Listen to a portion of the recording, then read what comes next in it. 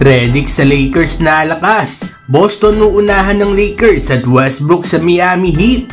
So parang nasa unang balita mga idol patungkol sa Miami Heat. Matapos nga malaglag sa first round ng NBA playoffs bilang number 8 seed sa East, ay mukhang nagpapalakas nga ang Heat this off-season. Ayon nga sa report ay walang balak nga si Jimmy Butler na umalis sa Miami Heat at dito niya nga lang nais na maglaro. Para nga sa mga Heat fans mga idol ay kulang nga daw talaga sila sa isang point guard na siyang maaasahan. Pero sa latest report ay naunguna nga daw itong Miami Heat na makuha nga ang former league MVP na itong si Russell Westbrook. Yan ay kung pipiliin nga daw ni Russ na maging free agent this off-season. Kahit 6 month nga ang role ni Russ with Clippers ay naging maganda pa nga rin ang stats ni Russ. Averaging 11 points, 5 rebounds, 5 assists at 1 steal per game with only 22 minutes playing time. Kung makuha nga ng Heat si Russ ay malamang nga na mas aangat ang laruan ng Heat next season. Ano masasabi ninyo dito mga idol? Mapunta nga kaya itong si Russ sa Miami Heat? At para naman sa sunod na balita ay patungkol sa Boston Celtics. Kahit wala nga si Kristaps Porzingis sa Game 3 ng NBA Finals kahapon, ay nagawa pa nga rin ng Boston Celtics na matalo ang Dallas Mavericks. At ngayon nga ay hawak na ng Boston ng 3-0 advantage sa Mavs. Sa history nga ng NBA mga idol ay wala pa nga nakakabalik down 3-0 sa NBA Finals.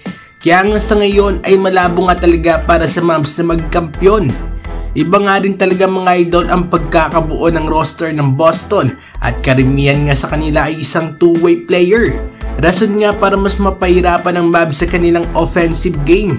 Sigurado na nga ang ibang NBA analyst na makukuha nga ng Boston Celtics ang championship matapos nga manalo ng 3 games in a row. At dahil nga dyan mga idol ay maangatan na nga ng Celtics ang Lakers sa bilang nga ng kampyonato. Anong masasabi ninyo dito mga idol? Matapos na nga kaya ang NBA Finals sa Game 4? At para naman sa uling balita ay patungkol sa Los Angeles Lakers. Nakaraan nga ni-reject ang Lakers ng Yukon head coach na si Don Hurley. Yan nga ay dahil nag-expect pa nga ito ng more than sa inoffer nga sa kanya ng Lakers. Pero this time ay mukhang babalik ng LA Lakers sa unang nga ng balita noon. Dahil ayon nga dito kay Shams Charania ay i-interviewin na nga ng Lakers itong si JJ Redick.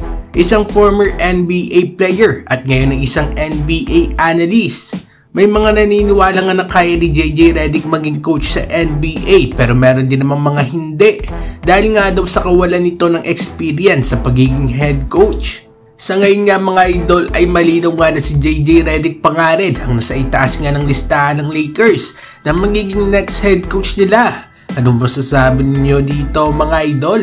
Agree ba kayo dito o hindi? Mag-comment sa baba at ating babasahin yan. Huwag kakalimutan mag-like o subscribe para sa iba pang balitang NBA. Maraming salamat po.